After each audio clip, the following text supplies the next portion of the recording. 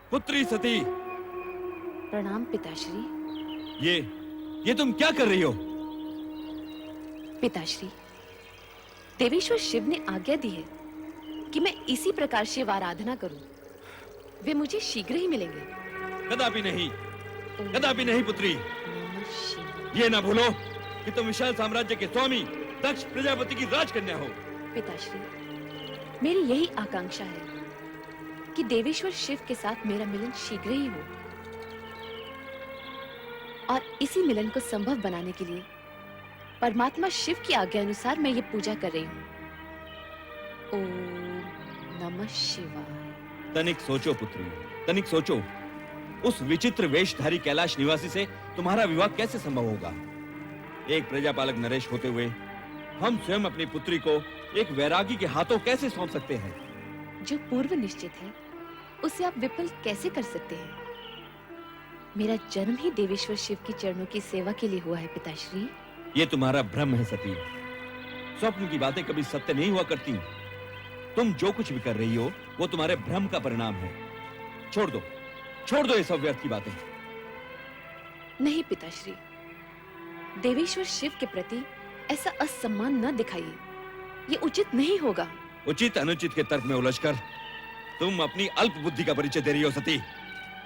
ऐसा प्रतीत होता है कि तुम्हारा ये शिव आराधना का मोह भंग करने के लिए अब हमें ही कोई उपाय करना होगा, और ये उपाय हम शीघ्र ही करेंगे। ओम नमः शिवाय। ओम।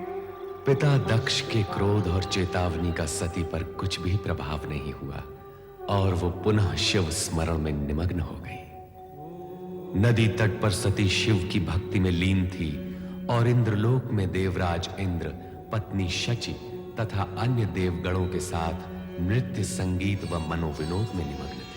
ओम नमः शिवाय। ओम नमः शिवाय। परमपिता ब्रह्मदेव की जय हो। ओम नमः शिवाय। आओ नारद, तुम्हारा स्वागत है पुत्र। देवर्षि, इस बार क्या समस्या लेकर आए हैं? समस्या नहीं, मन में एक प्रश्न लेकर आपके दर्शन के लिए आया हूं मैं परमपिता। तुम तो स्वयं साक्षात प्रश्न हो। तुम्हारे आने का अर्थ है प्रश्न सन्मुख आ गया। पूछो, क्या पूछने के इच्छुक हो? मैं अभी अभी भ्राता कामदेव से मिलकर आ रहा हूं। संध्या प्रकरण के पश्चात वे अत्यंत विचलित रहने लगे हैं। अब वे अपने पुष्प बाणों का उपयोग करने से भयभीत होते हैं। ये उचित ही है नारद। उस समय तो कामदेव किसी तरह बचकर भाग निकला, किंतु अब उसे बहुत सोच समझकर अपने पुष्प बाणों का प्रयोग करना होगा। कामदेव को विवेक से अपनी शक्ति का प्रयोग करना चाहिए। आप सत्य ही कह रही है देवी सरस्वती, परंतु कामदेव ने अपने पुष्प बाणों का जो प्रयोग संध्या पर किया था वो तो शुभ ही रहा। देवी संध्या अब सती अरुंधति बन गई है और ऋषि वशिष्ठ के आश्रम की शोभा बढ़ा रही है। हाँ, सो तो है। भगवान शिव के प्रत्येक कार्य का उद्देश्य उत्तम होता है, चाहे कुछ समय के लिए वो दुखदायी ही क्यों ना दिखाई दे। देवी, मेरे पहले प्रश्न का समाधान तो हो गया, परंतु दूसरा प्रश्न क्या है वो भी पूछ लो। आपकी पौत्री, मेरी भतीजी दक्ष पुत्री सती बेचारी अपने पिता की इच्छा के विरुद्ध शिव आराधना कर रही है, उसका क्या होगा? शिव आराधना का परिणाम तो कल्याणकारी ही होता है। इस विषय में कभी कोई शंका मन में मत लाओ नारद। परंतु आप भ्राता दक्ष को समझाते क्यों नहीं कि सती की शिव भक्ति का विरोध करना छोड़ दे? ये असंभव है नारद। दक्ष अपना स्वभाव कभी नहीं छोड़ेंगे। अर्थात सती को अपने तप के बल पर ही पिता के विरोध का सामना करते हुए अपना अभीष्ट प्राप्त करना होगा। हाँ नारद, जो हो रहा है शिव की इच्छा से हो रहा है। तुम इस विषय में चिंता करना और प्रश्न उठाना छोड़ दो। ओम नमः शिवाय। नमः शिवाय। ओम नमः शिवाय। सर्वेश्वर भोलेनाथ, क्या मेरी आराधना में कोई त्रुटि रह गई है या आप मेरी धैर्य की परीक्षा ले रहे हैं, ये मैं नहीं जानती। किंतु स्वामी, आप मुझे शीघ्र ही दर्शन दीजिए। मेरी आंखें आपके दर्शन के लिए तरस रही हैं स्वामी, तरस रही हैं। ओम नमः शिवाय। शिव शिव शिव शिव शिव शिव शिव। ओम यहाँ तो किसी की परीक्षा हो रही है और किसी की परीक्षा और आराधना में विघ्न डालना उचित नहीं है नारद। चुपचाप यहाँ से निकल चलो। नमः शिवाय। नारायण नारायण। भ्राता दक्ष का महल तो सूना पड़ा है, कहाँ गए होंगे सब लोग? चलो नारद, भावज वीरणी के कक्ष की ओर, कदाचित वहां भेंट हो जाए। नारायण नारायण।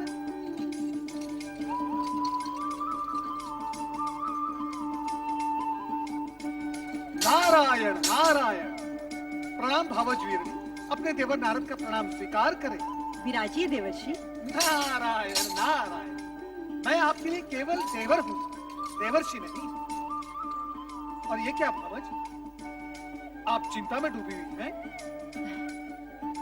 मुझे किस बात की चिंता है देवर जी? बस सती के बारे में सोच रही थी। सती? पता नहीं उसकी तपस्या कब सफल होगी। नारायण नारायण। भावज, सती तो शक्ति का अवतार है। शिव जी को उनकी प्रार्थना स्वीकार करनी ही होगी। अब उनकी प्रार्थना स्वीकार होने में अधिक समय नहीं लगेगा। सच कह रहे हैं देवर जी। क्या आपको अपने देवर से असत्य की अपेक्षा है? मैं तो असत्य से भागता रहता हूँ और भक्ति और जन कल्याण के मार्ग पर चलता रहता हूँ। ये क्या भावज, आप फिर सोच में डूब गई? क्या करूं, आपके भ्राता और मेरे स्वामी का रूखा व्यवहार देखकर तो कभी कभी भय लगता है। उनके रूखे व्यवहार की आपने अच्छी कही। उनका तो जन्म ही परमपिता ब्रह्मा जी के पैर के अंगूठे से हुआ है। वो तो हर भली वस्तु को ठोकर मारने की सोचते रहते हैं। नारायण नारायण। और भगवान शिव जी का नाम लेते ही वो शिव शिव शिव शिव। भगवान भोलेनाथ उनको सद्बुद्धि दे, इतना ही मैं कह सकता हूँ। महाराज की जय हो। लो, जिनका नाम लिया वो पधार भी गए। अब मैं चलता हूँ। ठहरिए ना देवर जी, तनिक आप ही इन्हें समझाइए। शिव शिव शिव शिव शिव। क्या ये हठी जीव समझाने से समझने वाले हैं? नारायण नारायण। अरे नारद जी, आप? नारायण नारायण। भ्राता नारद कहिए ना भैया। आपके मुख से भ्राता शब्द सुनने के लिए ही तो मेरा आगमन यहाँ हुआ है। कहिए भ्राता नारद, कैसे हैं आप? तो चारों ओर भ्रमण करते रहते हैं। आपने हमारी शिव की धुन में खोई हुई बेटी को भी कहीं देखा होगा। अब आप ही बताइए, क्या एक राजकुमारी को ये पागलपन शोभा देता है? आप उसे समझाते क्यों नहीं कि वो ये बचपना छोड़ दे? अब वो विवाह के योग्य हो गई है। नारायण नारायण। वो विवाह के लिए ही तो शिव आराधना कर रही है। क्या आप इतना भी नहीं समझते? उसकी आराधना सफल होगी, भगवान भोलेनाथ के साथ उसका विवाह होगा। इसमें आपको संदेह क्यों हो रहा है? नारायण नारायण। नहीं, मैं ऐसा नहीं होने दूंगा। मैं ये अनर्थ नहीं होने दूंगा। नारायण नारायण।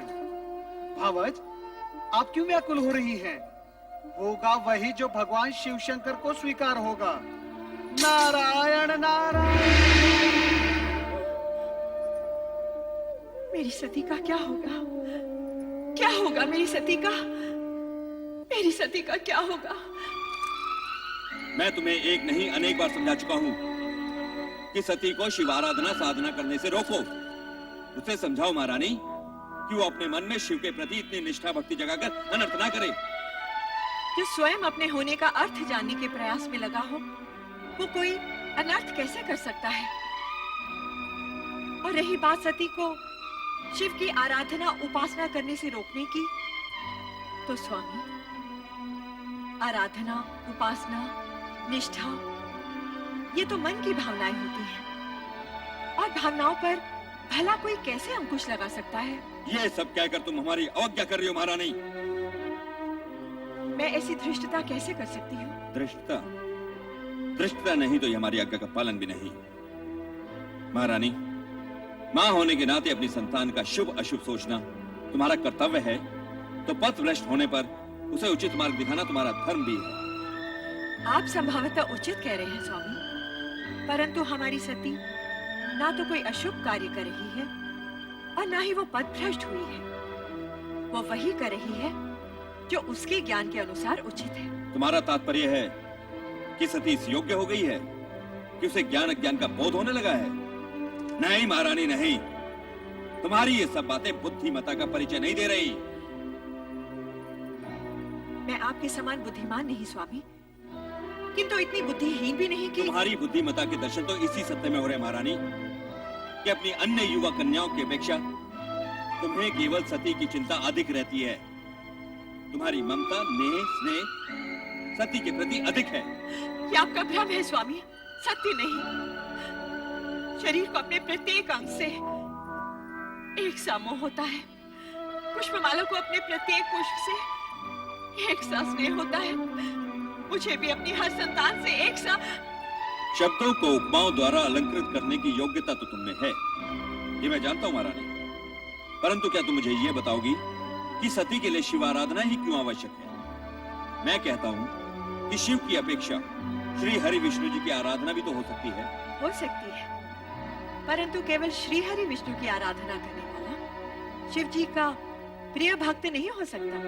उसी प्रकार शिव जी की आराधना करने वाला श्री हरि विष्णु का परम भक्त नहीं हो सकता। श्री हरि विष्णु और शिव जी दोनों ही एक दूसरे के पूरक हैं।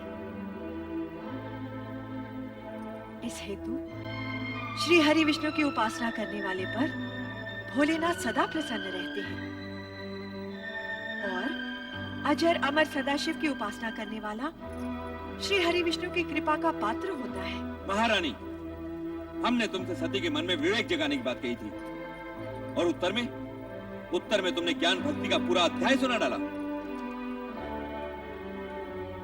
परंतु एक सत्य ध्यान पूर्वक सुन लो महारानी, कि हम सती की शिव भक्ति का विरोध करते हैं और करते रहेंगे। हम उसका गुणगान कभी नहीं सुन सकते। हमें शिव से घृणा है, घृणा।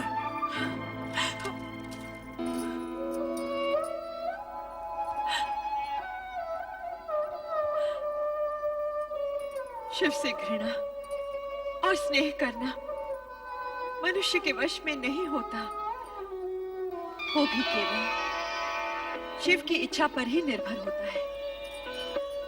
ओम नमः शिवाय, ओम नमः शिवाय।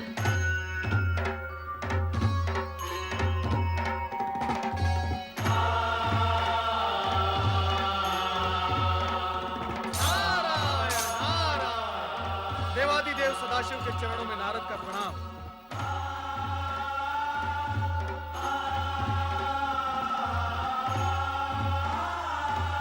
आपकी साधना में व्यवधान डालना मेरे लिए उचित नहीं, किंतु विषय की गंभीरता और महत्व को देखते हुए मुझे दृष्टता करनी ही पड़ी। देवर्षि, जब आप स्वयं कह रहे हैं कि विषय महत्वपूर्ण और गंभीर है, तो आपने जो किया वो धृष्टता कैसे की? अपने आने का मंतव्य बताइए। प्रभु, दक्ष पुत्री देवी सती अत्यधिक व्याकुल और पीड़ित हैं। मुझसे उनकी ये दशा देखी नहीं गई और मैं आपके चरणों में चला आया। उनकी पीड़ा का कारण? नारायण नारायण, ये सर्वविदित है कि आप ही नटराज हैं, किंतु हे महेश्वर, नाट्य विद्या के प्रदर्शन के लिए ये समय उचित नहीं है। सब कुछ जानते हुए भी आपका अनभिज्ञ होने का नाटक देवी सती के कष्ट में और भी वृद्धि करेगा। आप तत्काल ये बताने की कृपा करें कि देवी सती और आपके विवाह के बीच भ्राता दक्ष का विरोध रूपी विघ्न जो आ रहा है, उसे विफल कैसे किया जाए? उसका उपाय क्या है? किसी भी प्रकार की दुविधा की स्थिति में नंदाव्रती कन्याओं की कामना पूर्ति का सर्वोत्तम उपाय है। हे देवऋषि, अब ये मत पूछ बैठेगा कि नंदाव्रत क्या है। हे देवेश्वर, आश्चर्य है, सृष्टि का भार स्वयं पर लिए हुए भी आप विनोदपूर्ण वार्तालाप कैसे कर लेते हैं? नारायण नारायण। देवी सती की आराधना का परिणाम क्या निकलेगा, यह जानना मेरे लिए तो असंभव है। किंतु हे महेश्वर, आपकी लीला आप ही जाने।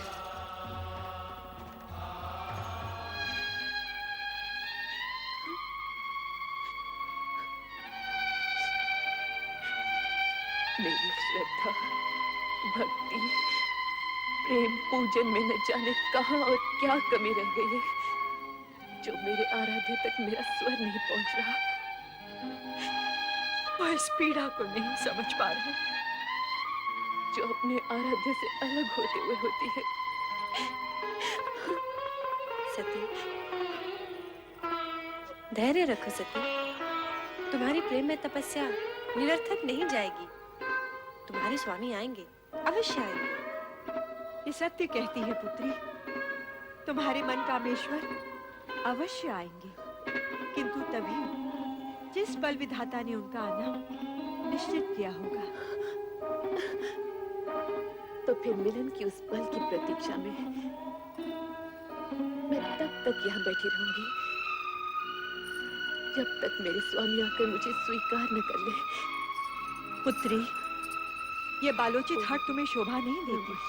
चलो घर चलें। माते, आप तो स्वयं स्त्री हैं, किसी की पत्नी भी है। आप भी मेरी विरह जनित व्याकुलता को नहीं समझ पा रही। समझती हूँ पुत्री, किंतु तेरे पिता का क्रोध मुझे भयभीत कर रहा है। किसी अमंगल की कल्पना मुझे आतंकित कर रही है। ये हट उचित नहीं पुत्री, घर चल। नहीं माते। नारायण नारायण। प्रणाम देवर्षि। मंगल हो देवियों, मंगल हो।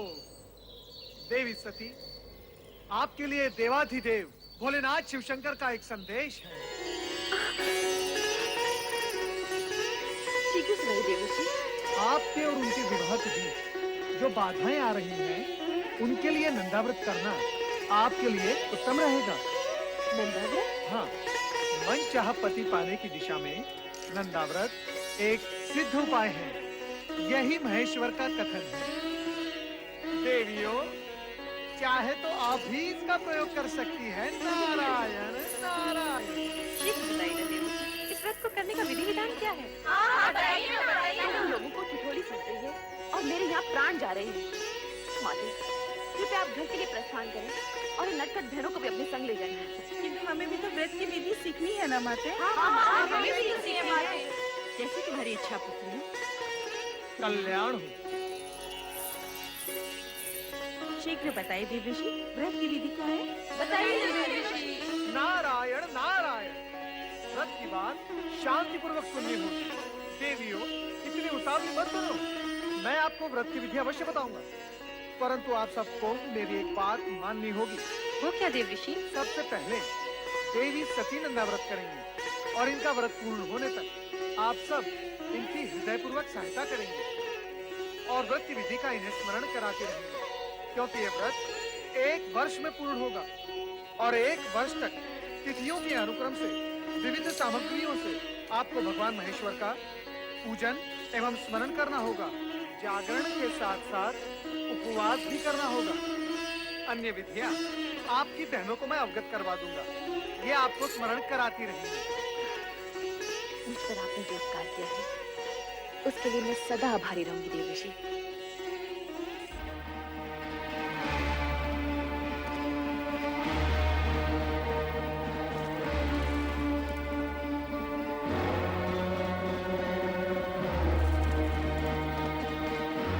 सुलेखा, सुलेखा, जी महाराज। तुम्हारी स्वामी कहाँ गई हैं? वो नदी स्नान को गई है महाराज। नदी स्नान? वो भी इस कुबेला में? नहीं नहीं, कदाचित वे राजकुमारी सती के साथ हैं। वो तो वहाँ नित्य जाती ही है ना। स्वामी ने आ गए महाराज। ठीक है, तुम जा सकती हो। महारानी, सती कहाँ है? वो अपनी बहनों के साथ संध्या भ्रमण के लिए गई है। संध्या भ्रमण? हाँ। या नदी भ्रमण? हम सभी नदी तट पर थे, मैं, सती और उसकी बहनें। परंतु महारानी, मेरी अन्य पुत्रियां और तुम तो आ गई हो। सती को अकेली कहाँ छोड़ आई? मैं जानता हूँ महारानी कि सती वहाँ क्या कर रही होगी। वो वहाँ शिव नाम के खिलौने बनाकर उनके साथ खेल रही होगी। स्वामी, ऐसी बातें मुख पर न लाइए। शिव के प्रति सती की भावना को खेल न कहिए। महारानी, ये माना कि सती की आयु अभी उचित अनुचित का भेद करना नहीं जानती, परंतु तुम उसे प्रोत्साहन दे रही हो। तुम उसे जानबूझकर ऐसी दिशा की ओर जाने की अनुमति दे रही हो जहाँ दुख ही दुख है, कांटे ही कांटे हैं। स्वामी, यदि आप उसके पिता हैं, तो मैं उसकी माता हूँ। मैंने 9 महीने उसे गर्भ में रखा है, पालन पोषण करके बड़ा किया है। क्या मैं अपनी पुत्री को सुखी देखना नहीं चाहती? महारानी, यदि ऐसा होता तो तुम स्वप्न में भी अपनी पुत्री के लिए ऐसे पति के विषय में ना सोचती जो गृहस्थ धर्म का पालन करना ही नहीं जानता, जो पर्वत श्रृंखलाओं पर बैठा बभूति रमाए बागंबर लपेटे अपने भयंकर गणों के साथ योगियों जैसा जीवन व्यतीत कर रहा हो। ठीक है महारानी, ठीक है। मैं अभी इसी समय सती को बलपूर्वक यहाँ ले आता हूँ। नहीं स्वामी, नहीं। मैं आपसे हाथ जोड़कर विनती करती हूँ, विधाता के लिखे को चुनौती मत दीजिए। सती की साधना भंग करके पाप के भागी मत बनिए। आपका ये एकमात्र पाप आपके जीवन भर के पुण्यों का फल आपसे छीन लेगा। आप चिंता छोड़िए स्वामी, और परिस्थितियों की नौका को समय की धारा में छोड़कर निश्चिंत हो जाइए और सती को उसकी आराधना करने दीजिए। स्वामी, सती को उसकी आराधना करने दीजिए।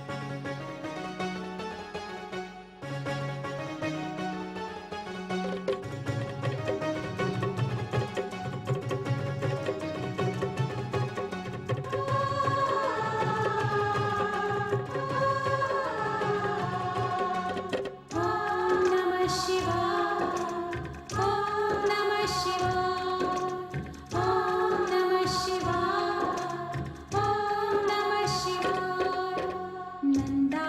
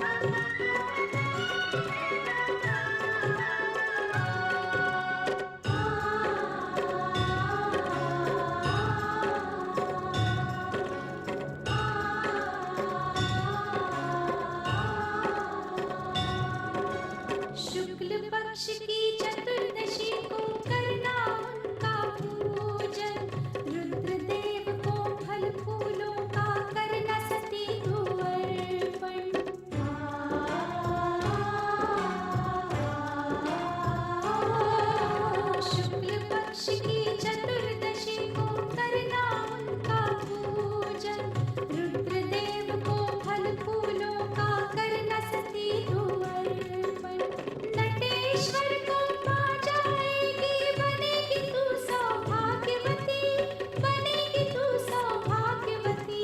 सुंदरी सती, सुंदरी सती। ओम नमः शिवाय, ओम नमः शिवाय, ओम नमः शिवाय, ओम नमः शिवाय।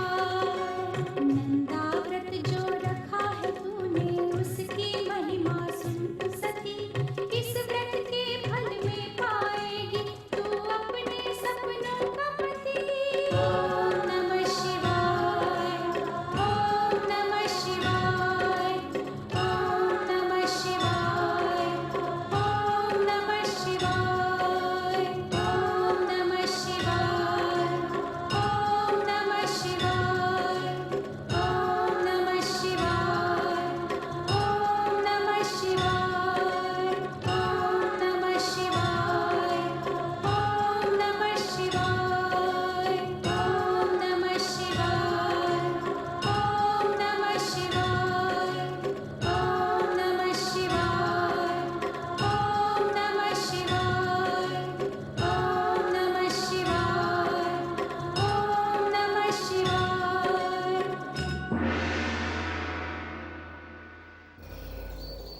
सती, प्रभु आप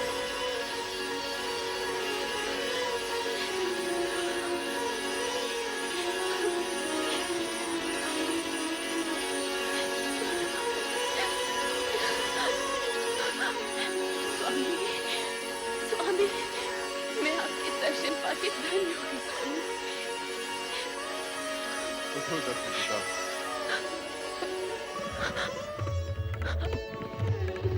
समर्पण एवं निष्ठा भाव से किए गए तुम्हारे व्रत से हम प्रसन्न हुए।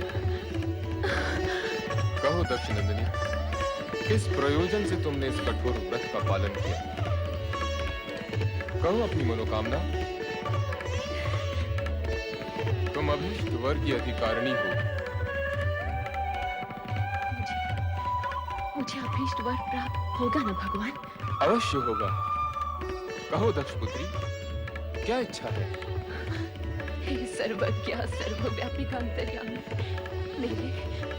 मेरे मन का सत्यान से छिपा नहीं। मैंने बाल्यकाल से पति रूप में आप ही की कामना की है। इसके अतिरिक्त और कुछ भी इच्छित नहीं है भगवान। तथास्तु। सती, तुम्हारा और हमारा अभीष्ट भिन्न नहीं है। तुम्हारा अर्धांगिनी रूप ही जगत के लिए कल्याणकारी होगा।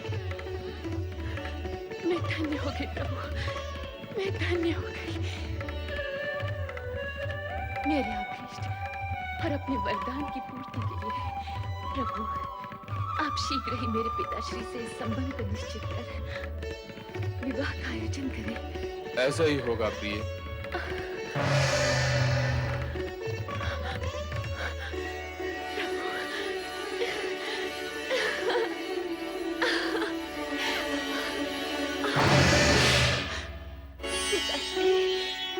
पिताश्री, मेरा व्रत सफल हो गया। पिताश्री, मेरी तपस्या सार्थक हुई। सती, अपनी चेतना में लौटाओ।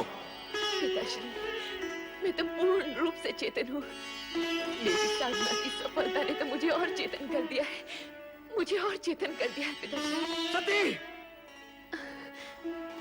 प्रलाप बंद करो। अब तो आलाप आरंभ हुआ है पिताश्री। दिव्य सुर और मधुर झंकार से पूर्ण आलाप। भगवान शिव ने मुझे अर्धांगिनी स्वीकार करने का वरदान दिया है पिताश्री। मुझे वरदान दिया है, मुझे वरदान दिया है। वरदान? तुम्हें अर्धांगिनी बनाने का? क्या उस भस्म लिप्त देव को हम अपना जामाता बनाएंगे? कदापि नहीं, कदापि नहीं सती।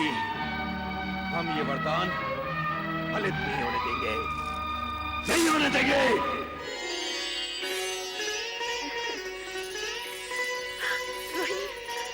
सती तुम कुछ कहो न कहो, तुम्हारे खिले खिले मुख की एक एक रेखा ये उद्घोष कर रही है कि तुम्हें तुम्हारा मनमीत मिल गया है।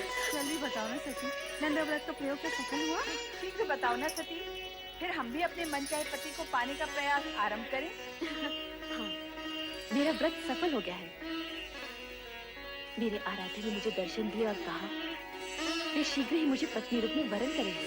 परंतु सती, पिताश्री इस विवाह के विरुद्ध है। कहीं ऐसा ना हो। शिव जी का वचन मिथ्या नहीं होता बहन। जब संपूर्ण ब्रह्मांड उन्हें सत्यम, शिवम, सुंदरम के रूप में मानता है, तब उनके मुख से निकले वचन असत्य हो ही नहीं सकते।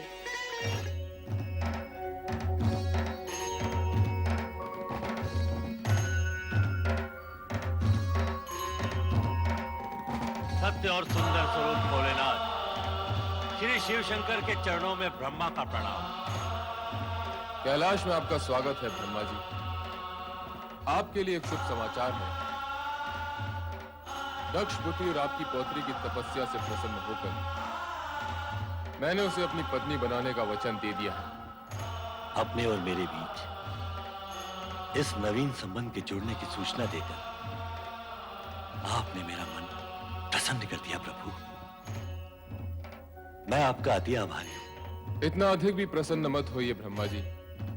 कहीं ऐसा ना हो कि आपकी प्रसन्नता आप तक ही सीमित रह जाए। आपके कहने का तात्पर्य क्या है सदाशिव? आपके पुत्र दक्ष प्रजापति का मन मुझसे विमुख है। इस विवाह के लिए उनसे स्वीकृति लेना अब आपका ही उत्तरदायित्व है। आप निश्चिंत रहिए शिव शंकर जी, वैसा ही होगा जैसे आपकी इच्छा है। आपने मेरी पौत्री को अपनी जीवन संगी के रूप में स्वीकार करके मुझे और सती दोनों को कृतार्थ किया है। मैं पुत्र दक्ष से स्वयं अनुरोध करूंगा और मुझे पूर्ण विश्वास है कि वो इस अनुरोध को आज्ञा मानकर इस विवाह के लिए अपनी स्वीकृति दे देंगे। नहीं, कभी नहीं। मैं अपनी पुत्री का विवाह उस बैरागी औघड़ शिव से कभी नहीं करूंगा। समस्त ब्रह्मांड की कोई भी शक्ति मुझे ये कार्य करने के लिए बाध्य नहीं कर सकती। कदापि बाध्य नहीं कर सकती, कदापि नहीं। पुत्र दक्ष, हाँ? पिताश्री, प्रणाम पिताश्री। आयुष्मान भव। समस्त ब्रह्मांड की शक्तियां जिस शक्ति को अपना आराध्य समझती हूं, उन भोलेनाथ की आज्ञा का पालन तो तुम्हें करना ही होगा पुत्र। इस विवाह को तुम रोक नहीं सकते। पिताश्री, शिव प्रेम के दंश ने सती को तो बुद्धि भ्रष्ट कर ही दिया है, परंतु उसकी मां अर्थात आपकी पुत्र वधु वीरनी की भी मति हर दी है। पिताश्री, अब आप ही समझाइए इन माता पुत्री को। समझाने तो हम तुम्हें आए हैं पुत्र। इस विवाह में बाधक मत बनो, इसे हमारी भी आज्ञा समझो। ये आप कह रहे हैं पिताश्री? हाँ, ये हम। ये जानते हुए भी कि राजकुल में जन्मी पली बढ़ी आपकी पौत्री को इस विवाह से केवल कष्ट ही कष्ट होने वाले हैं। तुम्हारा ये सोचना सर्वथा अनुचित है दक्ष। तुम तो एक राजा, मात्र एक राजा। संसार के समस्त राजघरानों की वैभव संपदा को यदि तुम एक पलड़े में डाल दोगे, तब भी भगवान शिव के वैभव और उनकी गरिमा का पलड़ा उससे कहीं अधिक भारी होगा। परमपिता, यदि आपका कहा मान भी लिया जाए तो भी विधि के अनुसार मुझे सती की अन्य बहनों का विवाह पहले करना होगा। उसका विवाह तो तभी हो सकता है जब मैं तुम्हारा अभिप्राय समझता हूं, परंतु सती आदिशक्ति का अवतार है और शिव सती का विवाह विधाता का अटल विधान है। तुम्हारी इच्छा हो या न हो, तुम इसे रोक नहीं पाओगे। मेरा कहा मानो और सहर्ष इस विवाह के लिए स्वीकृति दे दो। स्वीकृति दे दो पुत्र। वत्स दक्ष, स्वीकृति दे दो। स्वीकृति दे दो पुत्र।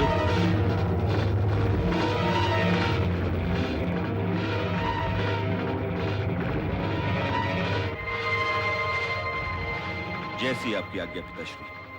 सदा सुखी रहो पुत्र। और सर्वप्रथम ये शुभ समाचार हमारी पुत्रवधू और पौत्रियों तक पहुंचा दो, जिससे उनके अशांत हृदय को शांति मिले। शांति और धैर्य ही नारी के आभूषण है।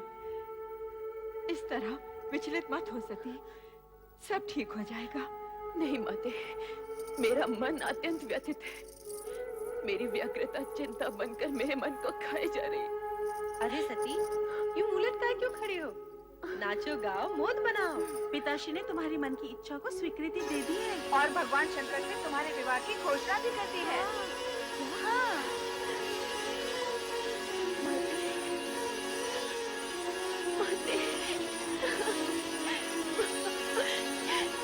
ये क्या सती, जब तुम्हारी तपस्या का फल मिला तो तुम रो रही हो?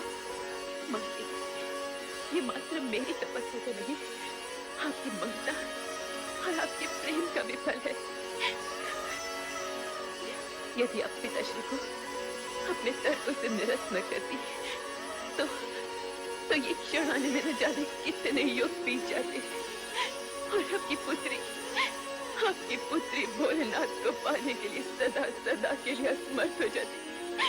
माते,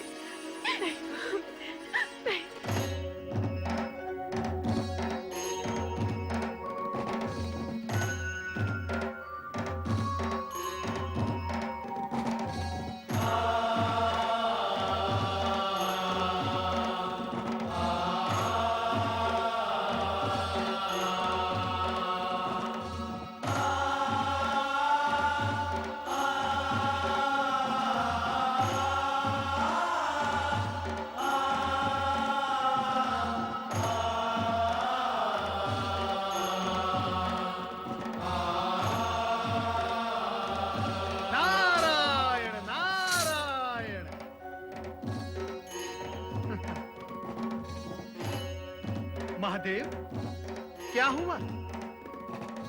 ये गौर वर्ण पर शॉर्ट सी किशोरियों जैसी लालिमा कहां से आ गई? महेश्वर, कहीं आपने अपने अंतर्मन में देवी सती को तो नहीं छुपा रखा? नारायण नारायण।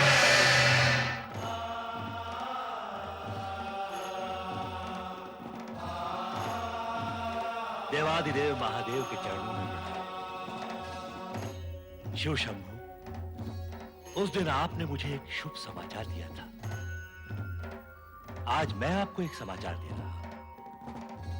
मेरे पुत्र दक्ष प्रजापति ने आपके साथ अपनी पुत्री का विवाह स्वीकार कर लिया है।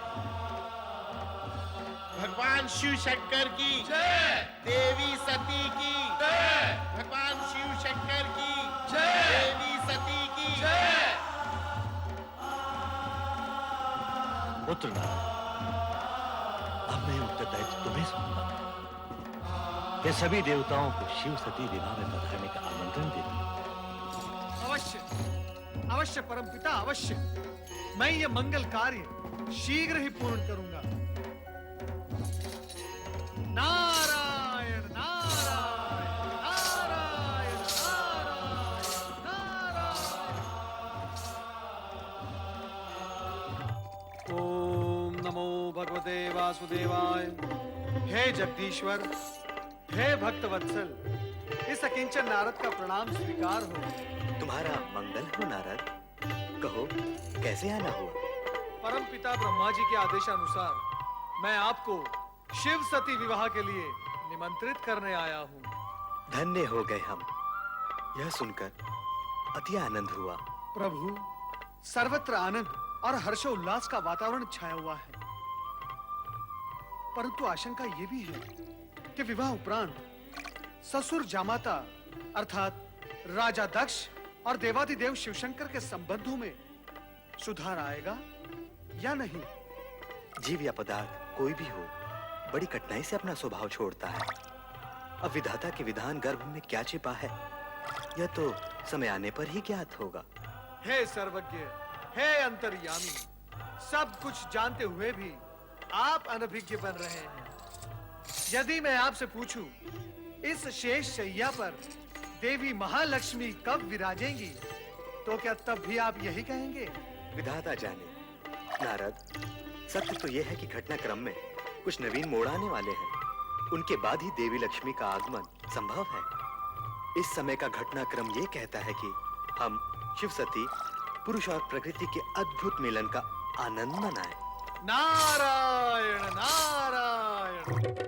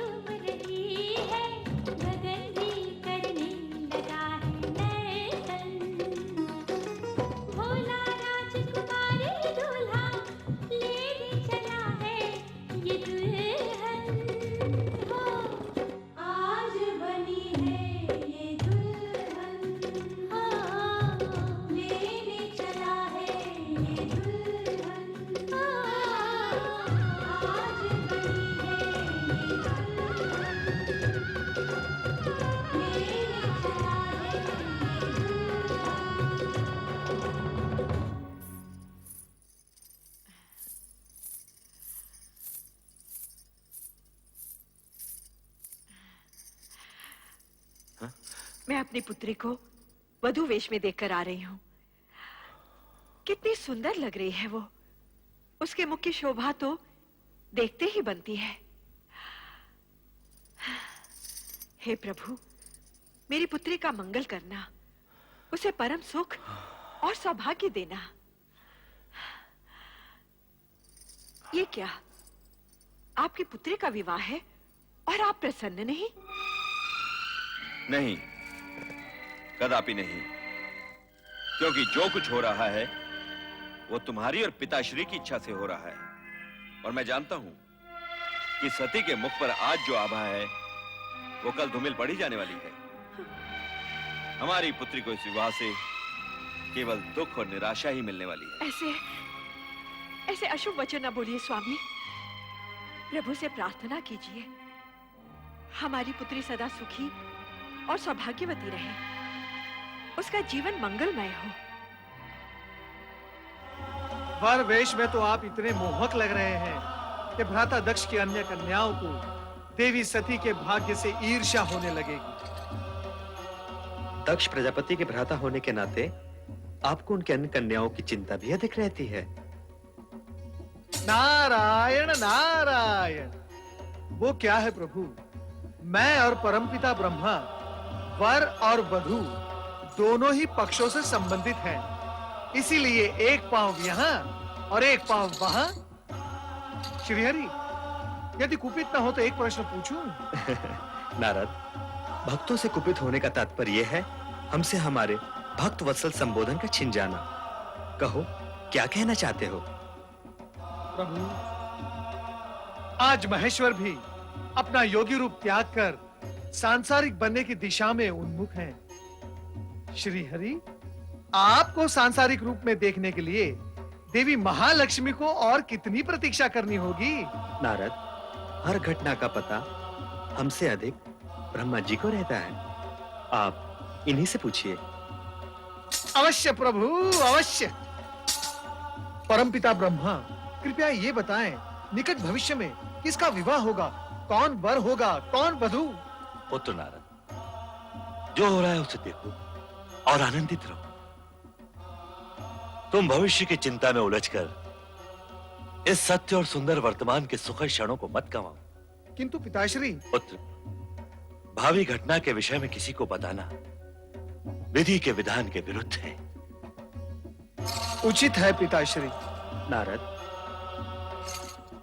कदाचित आपको यह ज्ञात नहीं कि किसी के विवाह पर किसी अन्य विवाह की चर्चा करना नीति के विरुद्ध है। श्री हरि, इस अज्ञानी को क्षमा करें। नारायण नारायण। पुत्र नारद, बारात से पहले हमारा दक्ष महल पहुंचना आवश्यक है। जामाता के नाते आज हमें शिव शंकर का स्वागत करने का पुण्य अवसर भी प्राप्त हो। जो आपकी आज्ञा पिताश्री।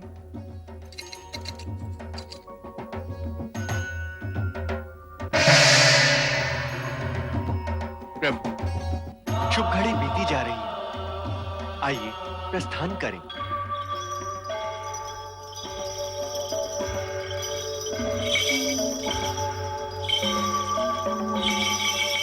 जय शिव शंभू।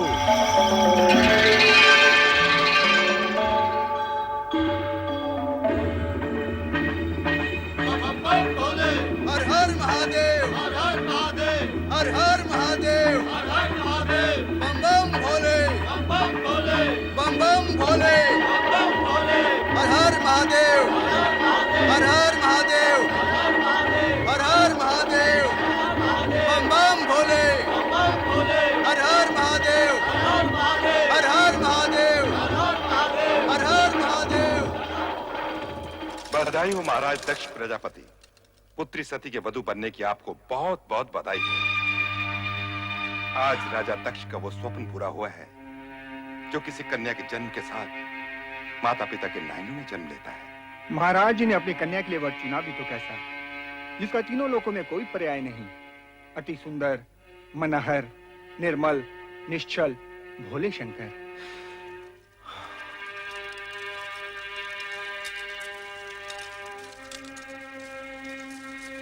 सती के पति के रूप में उन्हें पाकर आपका जीवन यथार्थ में पावन हो गया राजन। आपके मन की गति इस समय स्थिर ही नहीं होगी। हाँ, हमारे मन की गति इस समय स्थिर नहीं है श्रीमान। किसी को कुछ भी उसकी अपेक्षा के विपरीत यदि मिल जाए तो उसके मन की गति स्थिर रह भी नहीं सकती। पुत्री को योग्य वर मिल जाए, उसका जीवन मन भावन पति के संग हर्षोल्लास से व्यतीत हो, हर माता पिता की यही कामना होती है राजन। नारायण नारायण। प्रणाम पिताश्री। कल्याण हो। प्रणाम भ्राता दक्ष। प्रणाम। नारद जी, हम तो समझे थे कि आप वर की ओर से विवाह में सम्मिलित होंगे। नारायण नारायण। भ्राता दक्ष, मैं पिता की आज्ञाकारी संतान हूँ। जब पिताश्री शिव जी के साथी होने के नाते वर यात्रा की निकासी में गए तो मैं इनके पीछे पीछे चला गया, और अब आपके पिताश्री होने के नाते बारात के स्वागत हेतु जब यहाँ पधारे तो मैं इनके साथ यहाँ चला आया। परंतु जिस समय बारात यहाँ होगी उस समय किस ओर रहोगे नारद जी? नारायण नारायण। पिताश्री पिताश्री, बारात आ गई है। पधारिए पधारिए भ्राताश्री, पधारिए।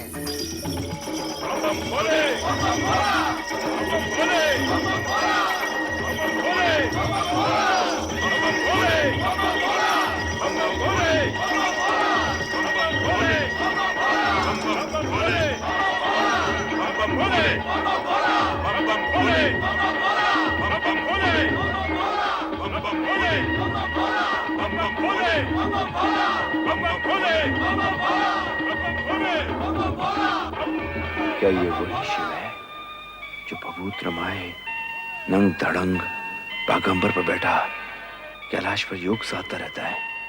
अरे तो किसी राजकुमार जैसा प्रतीत हो रहा है। ये सब कैसे हो गया? अवगढ़ शिव और राजकुमार। नारायण नारायण। भ्राताश्री किस सोच में पड़ गए? अभी तो आपने प्रभु का वो रूप देखा ही नहीं जिसके दर्शन पाकर आप धन्य हो जाओगे। नारायण नारायण।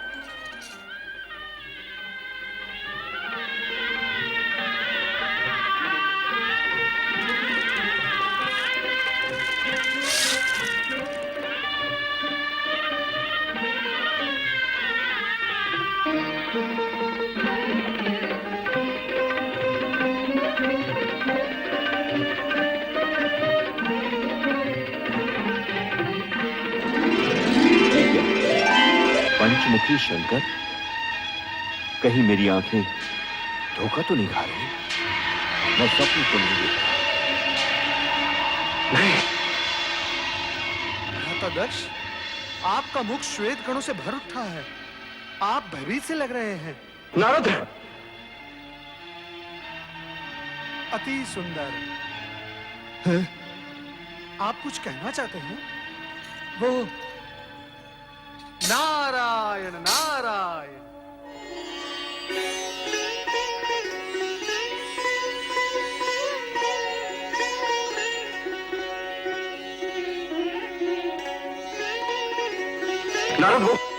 नारायण नारायण। शिव लीला के चमत्कारों से भयभीत होने की कोई आवश्यकता नहीं भ्राता दक्ष। आपके जमाता शिव ही नहीं, सत्य और सुंदर भी है, और इसी सगुण रूप में वो दर्शन देते रहेंगे।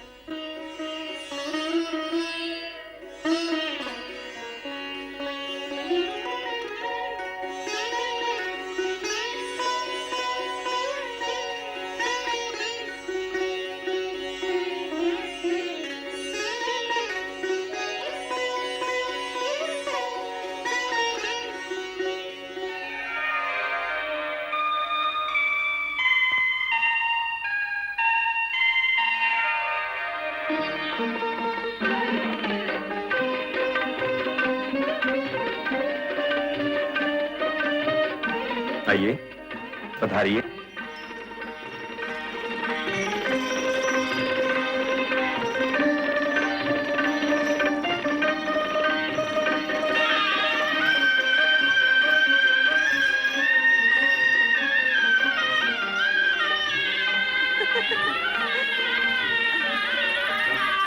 सती सती सती, बारात आ गई है। हाँ मैं अभी अभी शिव शंकर भोलेनाथ को वर के रूप में देखकर आ रही हूँ।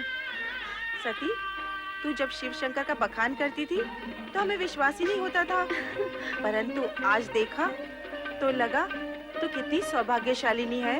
अच्छा, पर ये तो बता, वर राजा हैं कैसे? उनके रूप स्वरूप का वर्णन शब्दों में करना अत्यंत कठिन है, पर जो देखा सो ये कि जिन्होंने हमारी भुवन मोहिनी सती का चित्त चुराया है वो कर्पूर गौरवर्णीय हैं। ऐसे विशाल सरस नेत्रों वाले हैं कि जिसमें संसार भर का प्रेम और करुणा निहित है। उनकी मंद मंद स्मित पल्लवित पुष्पों के समान सुवासित है और उनका संपूर्ण अस्तित्व हमारी प्रिय सती का वर्णन करने को आतुर है।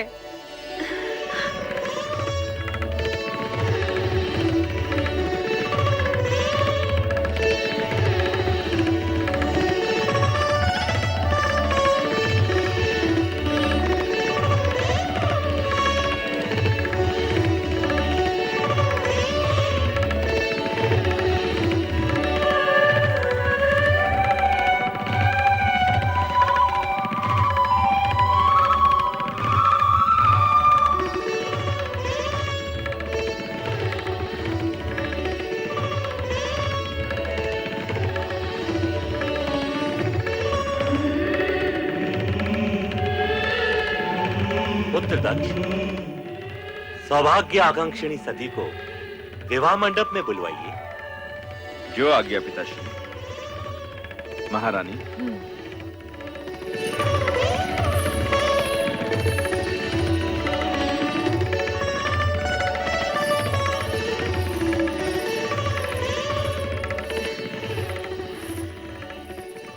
बेटी सती, अब वो क्षण आ गया है जिस क्षण भाग्यशालिनी सौभाग्यशालिनी बन जाती है।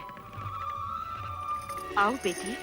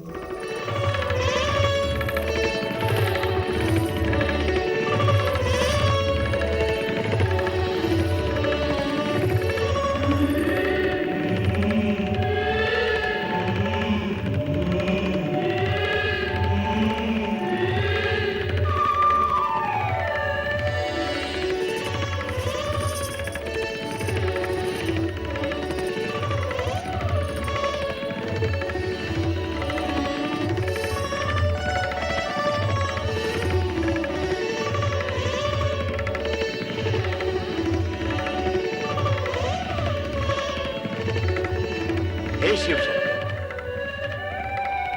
अब अपने शुभ हाथों से ये सौभाग्य सिंदूर सती की मांग में भरकर इसे सौभाग्यवती बनने का दिव्य रूप भी दे दीजिए।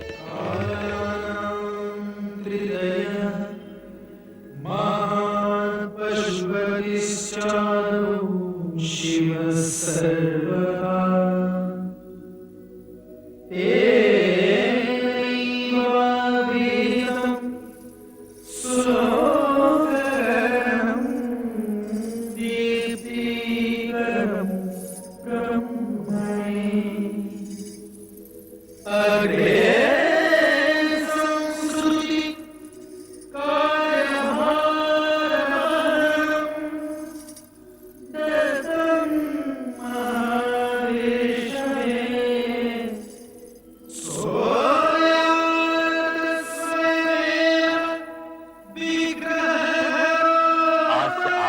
पौत्री सती पति पत्नी हुए।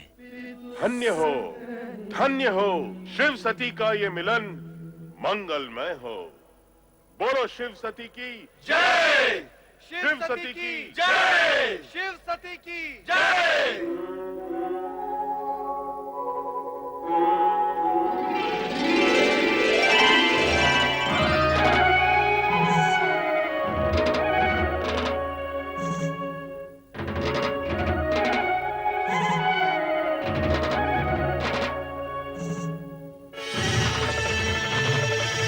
श्रीहरि, श्रीहरि, यूं टकटकी बांधे क्या देख रहे हो प्रभु?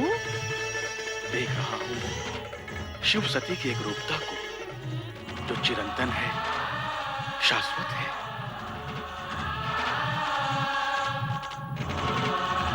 सभी देवी देवगणों की उपस्थिति के मध्य सदा शिव और देवी सती का विवाह संपन्न हुआ।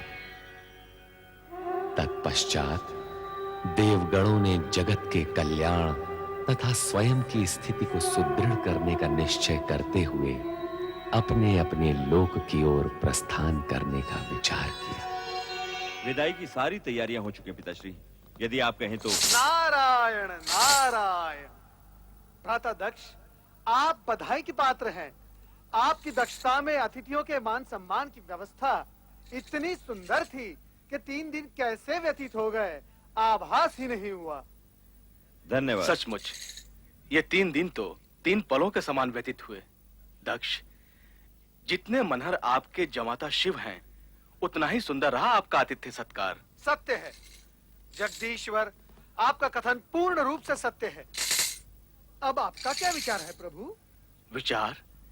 कैसा विचार देव ऋषि? यही कि दक्ष प्रजापति का आतिथ्य कुछ दिन और स्वीकार करे तो कैसा रहेगा? नारद, तुम तो दक्ष प्रजापति के भ्राता होने के नाते घराती भी हो और शिव की बारात में आए हो तो बाराती भी। परंतु किसी भी बारात का 3 दिन से अधिक वधु के पिता गृह में रुकना मर्यादा के विरुद्ध है। हम इसी समय ब्रह्मा जी से अनुरोध करेंगे कि वे बारात विदाई की तैयारी करें। चलो नारद।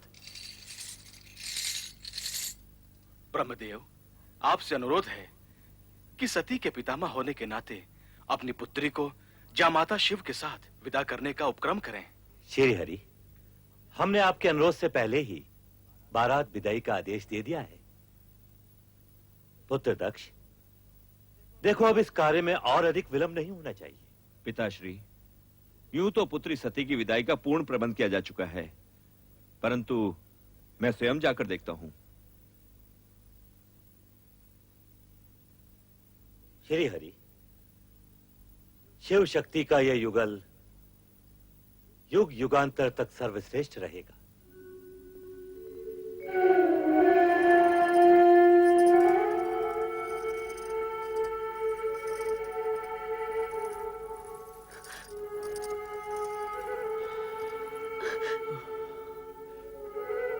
पुत्री सती, आज तुम पितृगृह से इच्छित वर पाकर विदा हो रही हो। कैलाश जाकर कैसा जीवन व्यतीत करोगी,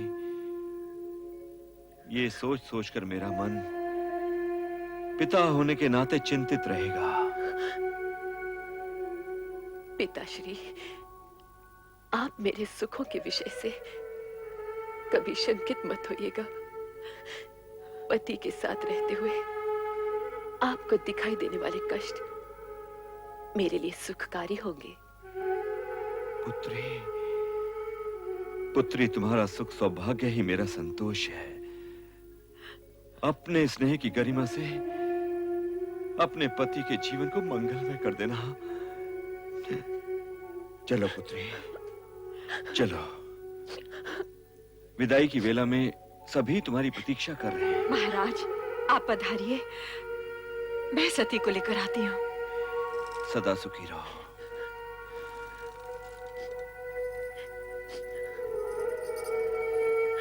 बहन, तुम्हारी मनोकामना पूर्ण हुई, इसका हमें हर्ष है, किंतु तुम्हारे वियोग का दुख भी है। कैलाश जाके हमें भूल न जाना।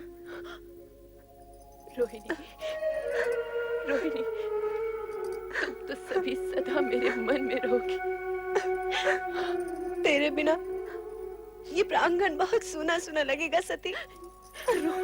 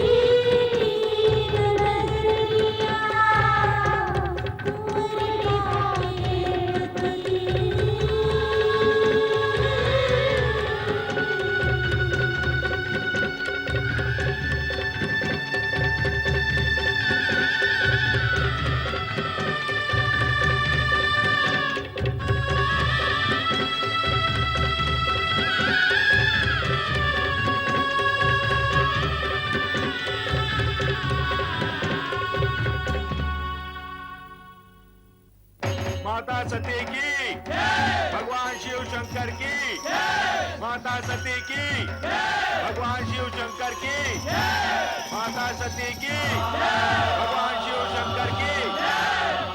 माता सती, आपका कैलाश में स्वागत है। मंगल कार्य निर्विघ्न संपन्न।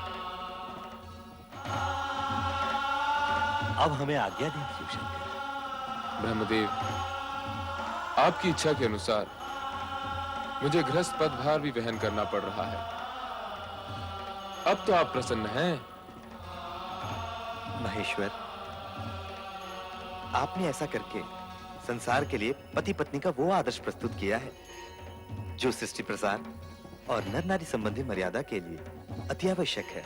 श्री हरि विष्णु, भूत, वर्तमान और भविष्य सभी निश्चित है। जो हो गया है, जो हो रहा है और जो होने वाला है, सभी में जगत का कल्याण ही निहित है।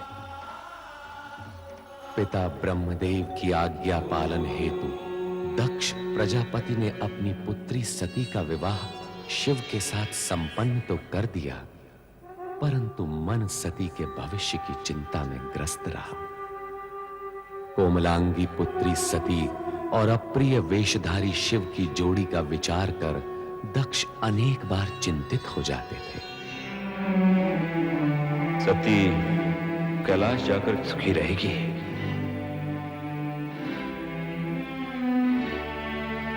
कदापि नहीं। इस राजमहल का वैभव, ऐश्वर्य प्रणाम भ्राता दक्ष। प्रणाम देवर्षि। कैसे आगमन हुआ? बस आपकी कुशल मंगल पूछने चला आया। क्या बात है भ्राता दक्ष, आप कुछ चिंतित प्रतीत हो रहे हैं। चिंतित? देवर्षि, चिंता का तो कोई कारण ही नहीं है। भ्राता दक्ष, एक पिता जो अपनी इच्छा के विरुद्ध अपनी पुत्री का हाथ किसी को सौंप देता है, उसका चिंतित होना स्वाभाविक ही है। परंतु आप निश्चिंत रहें। आपकी पुत्री सती के विवाह उपरांत हिमालय पहुंचने के बाद वहां पर चारों ओर आनंद आनंद व्याप्त हो गया। क्या बात है, आपको मेरे कथन पर विश्वास नहीं है? नहीं नहीं देवर्षि, आपकी बात पर अविश्वास का तो प्रश्न ही नहीं उठता। तो फिर आपके मुख पर ये विषाद की रेखाएं क्यों हैं? देवर्षि, यदि मैं ये मान भी लूं कि आपका कथन सत्य है, तो मैं ये सोच रहा हूं कि ये आनंद कितनी देर तक टिक पाएगा। नारायण नारायण, मैं आपका अभिप्राय समझा नहीं। देवर्षि, विवाह के बाद कुछ दिनों तक सती अपने उस औघड़ भभूतधारी पति के साथ आनंद मनाएगी, परंतु जब कैलाश में गिरते हुए हिमकणों के थपेड़े सहेगी, तो उसे हमारे इस राजमहल में बिताए हुए सुख का स्मरण होगा, और तब वो पछताएगी। यही कहना चाहते ना भ्राताश्री? ये आपका भ्रम है, ऐसा हो ही नहीं सकता, असंभव है ये। सती तो शिव की जन्म जन्म से जीवन संगीनी है। शिव के होते हुए सती को पश्चाताप हो ही नहीं सकता। उसके जीवन में दिन प्रतिदिन सुख की वृद्धि होगी। शिव सती का साथ ही आनंद की सृष्टि करता है। नारायण नारायण, क्या मुझसे कोई अपराध हुआ है भ्राताश्री, जो आप मुझे रुष्ट होकर देख रहे हैं? कहीं शिव ने लिखा पढ़ाकर तो नहीं तुझे मेरे पास भेजा है? नारायण नारायण, शिव के प्रति ऐसी अपमानजनक भाषा में सुन नहीं सकता भ्राताश्री। मैं स्वयं अपनी इच्छा से यहाँ आया हूँ आपको वो शुभ संदेश सुनाने। अब मैं जा रहा हूँ। नारायण ना। इतनी सी बात का इतना बुरा मान के देवर्षि, हमने तो तुम्हें शिव के बारे में कुछ नहीं कहा, परंतु कहना चाहें तो हम भी बहुत कुछ कह सकते हैं। नारायण नारायण, आप बहुत कुछ कह सकते हैं, परंतु मैं कुछ सुनना नहीं चाहता। भगवान शिव आपका कल्याण करे। नारायण नारायण। प्रणाम देवर जी। प्रणाम भावजविरनी, प्रणाम। मुझसे क्या अपराध हुआ देवर जी, जो आप मुझसे मिले बिना ही लौट रहे थे? नारायण नारायण, दक्ष प्रजापति के वार्तालाप में इतना उलझ गया कि मुझे आपका ध्यान ही नहीं रहा। मुझे क्षमा करना भावज। देवर जी, मुझे भी वो सब बताइए जो आपने अपने भ्राताश्री से कहा। अर्थात आपने हमारी कुछ कुछ बातें सुन ली हैं। कुछ कुछ सुन ली है, परंतु ये बताइए कौन सा शुभ संदेश लेकर आप उन्हें बताने आए थे?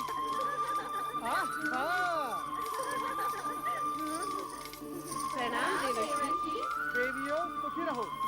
भगवान विष्णु तुम सबकी मनोकामना पूर्ण करेंगे। हमारी बहन सतिका पे संदेश लाए हैं देवर्षि। नारायण नारायण।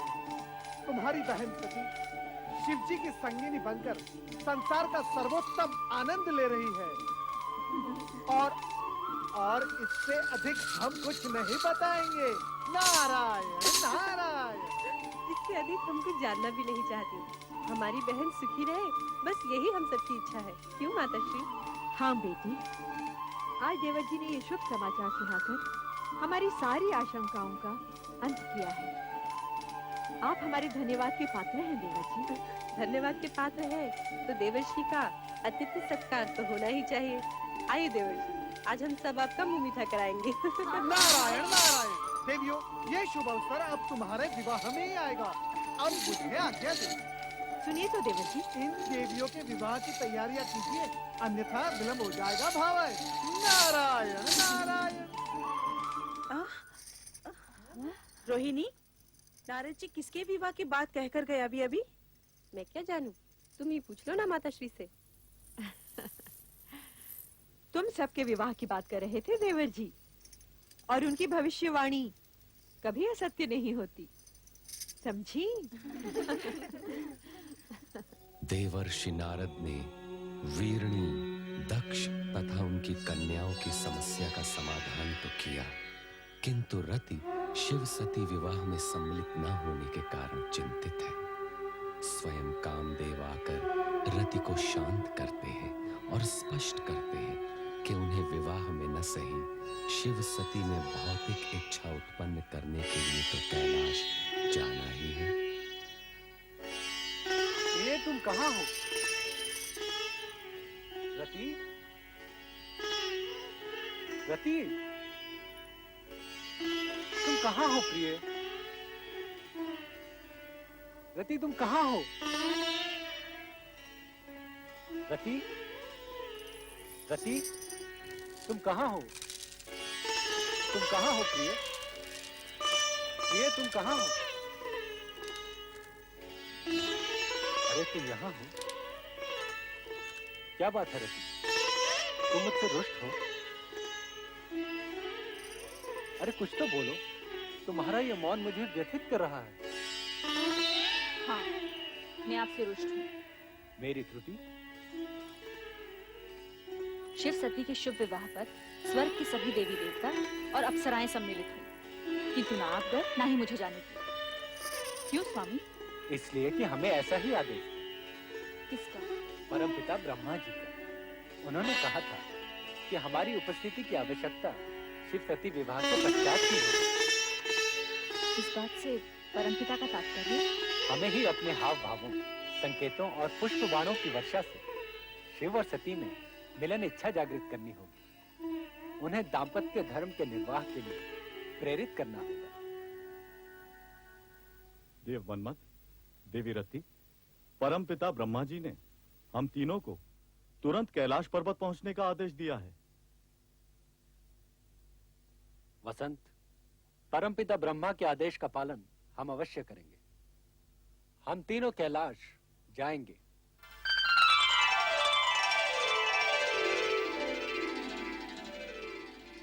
प्रिय, राजमहल का सुख भोगने वाली सती को कैलाश आकर प्रसन्नता हुई या नहीं?